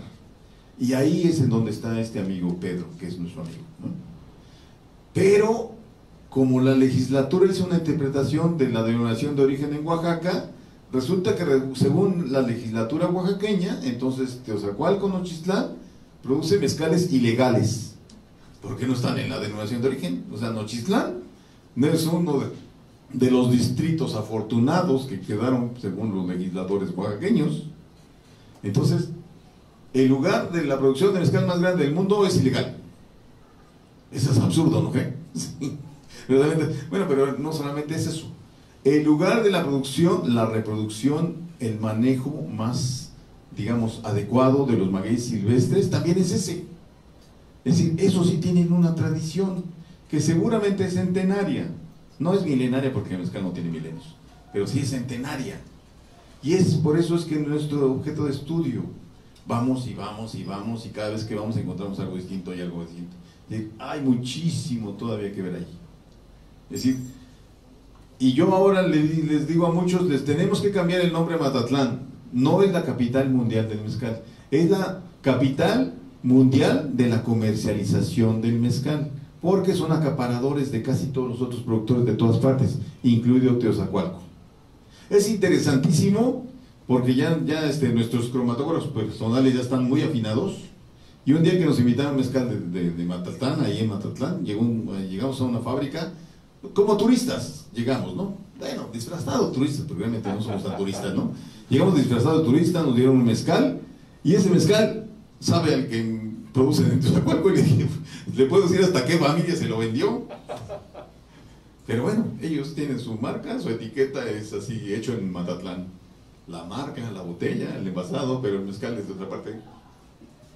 Y si vas a Matengo, que también tuvo mucha calidad de mezcal, Matengo ya no tiene materia prima, tiene como 20 años que se cayó la industria del mezcal ahí, pero se sigue, según ellos, produciendo mezcal, y lo mismo, ¿no? Son solamente comercializadores, o sea, tienen sus propios productores desde hace muchos años. Entonces, sí, el esquema de los productores también, como estamos en Oaxaca, ya muchos les digo afuera, ¿no? En Oaxaca todo lo hacemos bolas, ¿no? El quesillo, el chocolate, el tamarindo en dulce, lo hacemos bolas, todo lo hacemos bolas. Y las organizaciones de productores, por eso es que no resultan, ¿no? Y menos de mezcal, ya con 2 mezcales adentro ya se quieren pegar de golpes, ¿no? Entonces, no se asocian, pero para nada, para absolutamente nada. En donde sí hay alguna relación, solamente es a nivel familiar, ¿no? Alguna relación que a veces es más bien natural, pero lejos de eso, creo que no mucho. Pero sí, lo interesante de la cultura que estamos encontrando, de la cultura magueyero-mezcalera, es que efectivamente lugares como Teozacualco, pues tienen esa tradición en la producción de sus mezcales, pero basados precisamente en el abasto de la materia prima. Sí lo reconocen, y los pueblos que se le asocian, sobre todo los mitlatongos, sí, bueno, para empezar, Teozacualco es parte del otro mancomún. El primer mancomún más reconocido es de la Sierra Norte, ¿no? Los mancomunados de la Sierra Norte. Pero ahí está el otro, es el Mixteco. Ahí están San Pedro Teozacualco, Yutanduchi de Guerrero y San Mateo Sindihui, los tres. Bueno, y aunque no lo dicen expresamente, pero San Juan Tamazola también está con ellos. Una parte de su territorio también lo trabaja como el mancomún. Y entonces, el mancomún yo creo que también es el secreto de mantener esa producción, ese manejo de los silvestres. El territorio es excesivamente árido, no se da otra cosa que no sea precisamente plantas como el maguey y la palma, ahí también es la palma. Entonces, aquí la vigencia de lo tradicional tiene que ver exactamente con el conocimiento, y con el conocimiento ancestral, desde luego, el manejo de sus recursos. Entonces ahí es en donde tendríamos que estar abonando. Una de las propuestas que tenemos con el doctor Raúl es que se haga una denominación de origen regional. O sea, que se reconozca que los mezcales de Teozacualco son únicos y que su huella digital es infalsificable. Bueno, nosotros ya la reconocemos tomando una copa, así que el cromatógrafo de veras lo reconoce bien rápido. Ya la doctora Claudia, con todo y el poco presupuesto que tenemos de algunos proyectos, ya está logrando tener qué microorganismos son los que lo producen, qué compuestos son los resultantes, y entonces ahora sí, una muestra química, una muestra de todos los compuestos que tiene en el cromatógrafo. Pero como no tenemos ese equipo aquí, lo que tenemos que mandar a Jalisco, usando precisamente la amistad que tiene ahí con una investigadora. Entonces la investigadora, como es su amiga, mete las muestras como si fueran de ellas, y entonces nada más le cobran pues los materiales y no le cobran más, ¿no? Pero a pesar de eso, un análisis no cuesta menos de 2,000 pesos. Y al menos en Teozacualco, de un solo productor, a veces tenemos 8 muestras, 15 muestras, y pues solamente tenemos que elegir una. A ver, pues yo creo que esta, ¿no? Esta la mandamos porque no se puede. Nosotros un poco en broma y un poco en serio les decimos a veces, oiga, ¿y de dónde salió la lana? Pues de la Fundación Palma López, ¿no? Mi esposa se apellida López, yo me apellido Palma. Entonces, sí, entonces de la Fundación Palma López ahí está saliendo la lanita para esto. No hubiéramos aguantado si es que solamente estaríamos dispuestos en digamos, en esta institución o bajo este esquema de no financiamiento de nada, pues dando clasecita yo con eso ya estaría justificando mi salario, ¿no? Pero pues no, somos de los que no nos gusta nada más eso, pero estamos aquí. Yo creo que somos faquires, nos gusta sufrir. Doctor, precisamente esta parte, usted en su ponencia mostró esta gran diversidad tecnológica a lo largo y ancho de todo el país, ¿no? ¿Y esto cómo lo relaciona con la DEO y la norma? Es decir, ¿cómo choca esta gran diversidad tecnológica y también desde luego social y cultural con la DEO actual y con la norma actual? Esa sería una. Y la otra es, ¿qué se propone o qué se podría hacer para resignificar precisamente esta gran diversidad cultural y tecnológica en la producción del mezcal? Yo digo que sí, bueno, primero que nada, si usas aparatos distintos, los productos son distintos, ¿no? Si tan solo, es decir, ya ahora científicamente comprobado, un productor, bueno, el mismo productor, con la misma materia prima, en la misma fábrica, pero en diferente época del año, produce mezcales totalmente diferentes. Y dices, no es posible, por favor, ¿no? ¿Cómo? Si es el mismo productor, la misma planta, o sea, la misma materia prima, en la misma fábrica, el mismo estilo de producirlo, nada más que lo único que varía es la estación del año, y entonces todo cambia, ¿no? Si eso ya genera cambios, pues entonces ahora producirlo con diferentes artefactos, pues los cambios son todavía más grandes, ¿no? Son bastante más considerables. Y yo creo que esto sí sería la base científica para generar una nueva estrategia de denominación que sea más regional. Es decir, sí, el doctor Acevedo no deja de mentir, los mezcales de Sola de Vega son unos, los de Miahuatlán son otros, los de Tlacolula otros distintos, los de la Mixteca ni se diga, ¿no? Es más, en la Mixteca misma nada más podemos encontrar los del distrito de Nochistlán, los del distrito de Coixtlahuaca, los distritos de Pozcolula, de Guajuapan. No están en la norma ninguno de esos que les mencioné ahorita, ¿no? Ninguno. Todos son mezcales ilegales, según. Y entonces, para empezar, tendríamos que corregir primero eso, ¿no? Primero, los que lo interpretaron eran nada más con fines comerciales. Proteger al envasador, ¿no? Bueno, pues es el momento de ya ahora sí de hacerle justicia a los de abajo, ¿no? Sin ellos no habría mezcales, para empezar. Entonces yo creo que ya es el momento de decirle, los que son responsables de esto que se están tomando todos los consumidores, son esos que siempre están desprotegidos. Y ahora sí, la propuesta resultaría de utilizar estos elementos técnicos, científicos, decir, son distintos, y por eso es que tienen que tener denominaciones de origen diferentes. El caso más mundial y reconocido, Armagnac y Cognac, son así cercanos, políticamente los divide nada más el territorio geopolítico, es decir, hay una frontera geopolítica, no es una barrera geográfica. Entonces, Armagnac y Cognac deberían ser lo mismo, igual que tequila y mezcal.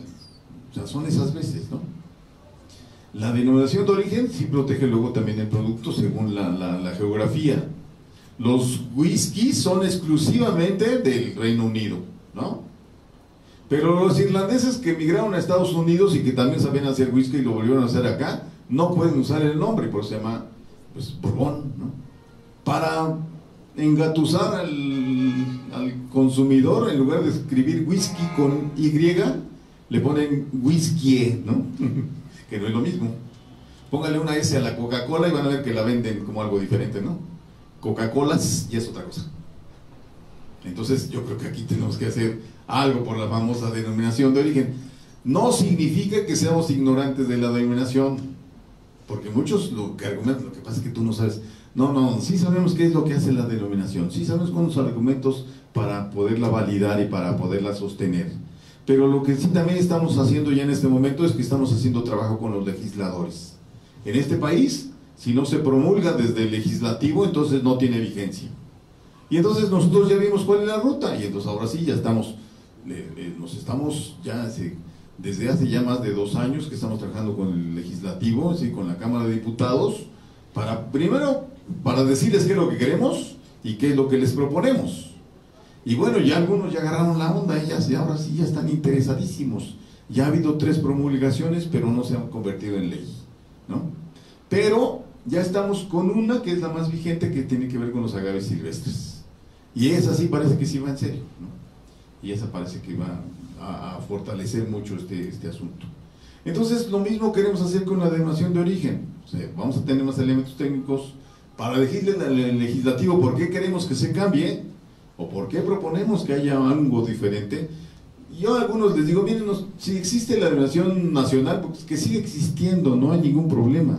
El asunto es que sí proteja localmente a cada grupo de productores de mezcal, no nada más en Oaxaca, en todo el territorio, ¿no? Hay mezcales, ya saben que en gusto se rompen géneros, ¿no? Nuestros mezcales son de otra calidad, son de otra estatura. Todos los mezcales de Oaxaca tienen otra estatura, ¿sí? Aquí sí.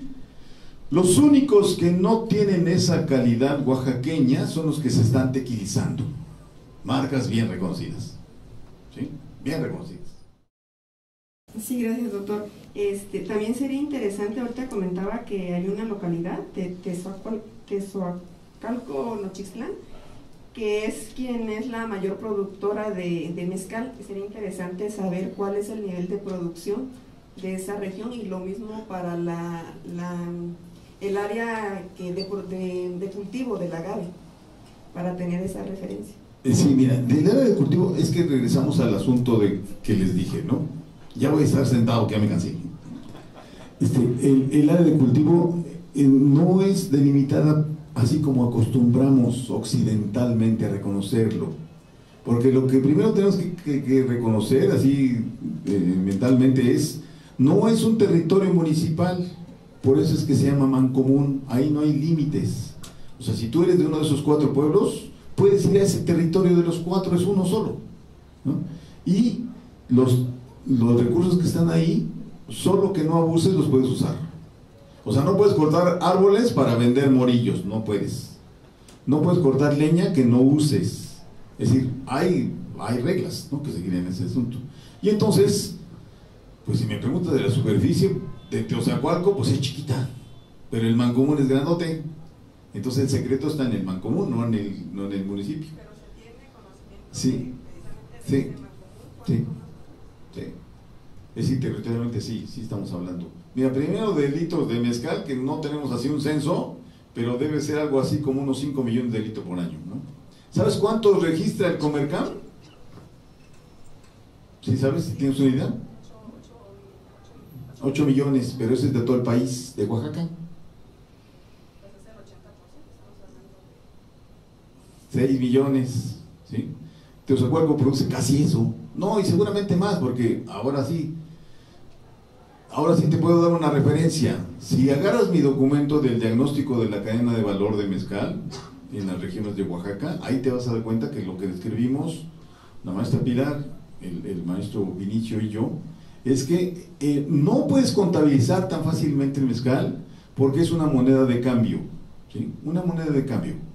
El productor no es el único que genera precisamente el producto en su fábrica, porque su hermano, su compadre, su pariente o su vecino que tenía maguey usó la fábrica y entonces le dijo, a veces ya ni siquiera necesita decirle, a veces va y ya está trabajando, ¿sí? Y no le pregunta, ¿tú qué estás haciendo aquí? Porque la respuesta es muy lógica, ¿no? ¿Qué estás haciendo aquí? Pues mezcal, que no ves, ¿no? Y entonces eso no se contabiliza tan fácilmente. Los que se contabilizan son los litros que le quedaron de pago al productor dueño del palenque. Y no sabes si se llevó la misma cantidad del que lo produjo o menos o más. Eso es lo que no sabes. Y ese que se lo llevó porque lo maquiló ahí, seguramente que fue para pagarle a alguien con esa misma moneda. Entonces, para el bautizo, o porque eres el padrino, o porque eres el compadre o el papá del niño que se bautizó, ahí lo pones. Ese no se contabiliza. Nosotros lo estuvimos viendo, ¿sí?, durante cerca de 10 años, por eso escribimos ese documento del diagnóstico. Y entonces, en realidad, el registro que existe no oficial del mezcal debe ser al menos el doble del que se conoce. Es decir, nosotros conocemos que son como 5 millones en Teoza, pero debe ser del doble. Vas a cualquier lugar y primero te dicen, no tengo mezcal. Ah, ya me acordé, pero mi papá lo tiene, quién sabe en dónde, ¿no? Es decir, mi papá, mi hermano, mi tío, mi primo, es decir, todos trabajan igual en mi palenque y también es mío porque ellos me deben, ¿no? Es decir, ellos me tienen que pagar. Entonces, si tú le preguntas, ¿tiene mezcal? No tengo, pero te acuerdas, pero mi papá trabajó, entonces, pues sí tengo, pero pues no sé cuánto tengo. Entonces, si llega alguien a preguntarle, oye, ¿usted cuántos litros produce? Pues sí le dices cuántos produces tú, pero no le dices cuántos te pagaron o cuántos te van a pagar de eso, ¿no? Igual con la plantación. Es muy fácil medirla así cuando esté en conjunto, ¿no? Pero ese es el esquema de los valles. Vete a otro lugar de Oaxaca y eso no existe. Eso no existe. Todo el maguey está cultivado como un lindero, ¿sí?, como un cerco. O está en el terreno que está descansando de la agricultura. O está en el territorio que ahora se desmontó porque se incendió. Es decir, y por esa razón la superficie no es tan reconocida. Los forestales, que son los que mejor saben medir el territorio, ¿sí?, esos son los que se topan día con esa problemática, ¿no? Y bueno, también quiero decirte con toda franqueza, si agarras el diagnóstico que nosotros hicimos y tomas esa cifra, yo lo he visto en muchos de los programas de gobierno, agarraron esa cifra y en base a esa están haciendo su plan de desarrollo, no sé qué cosa, para gastarse no sé qué dinero, pero realmente nada más es para taparle el ojo al macho. ¿A quién más le interesa la verdadera cifra que no a los mezcaleros? A nadie más. Es más, tú ve a comprar 10,000 litros de mezcal al productor que tú quieras y lo que menos te interesa es saber si va a tener para volver a producir los 10,000, aunque sea muy bueno, aunque sea la causa de tu enriquecimiento como un envasador. Yo he visto envasadores que dicen, Vero, véndeme 10,000, ¿no? Sale y se los vende Vero, ¿no? Oye, salió muy bueno, salió excelente, me están pidiendo otros 10,000, ¿sabes? Nadie le preguntó si tiene para producir otros 10,000, nadie. O le dicen, ¿sabes qué? Véndeme otros 10,000, pero ni sin saber si tienes para producirlo, ¿no? Entonces, yo creo que esas cifras también son muy engañosas en ese sentido. Solo se utilizan como fotografías y no ves la película, nada más ves las fotos. La película es otra cosa, ese movimiento se mueve. Entonces yo creo que aquí la dinámica es, primero que nada, yo en todas las cifras oficiales no confío porque sé que no las fueron a hacer, ¿no? Hay quien no sabe dónde está Teozacualco. Sí, para empezar.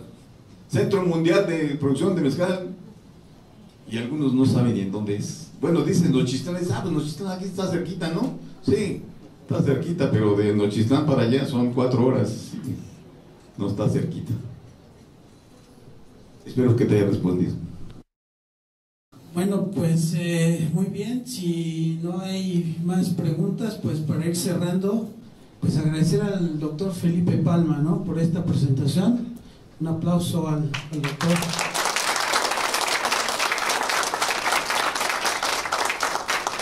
Y pues muchas gracias por su asistencia.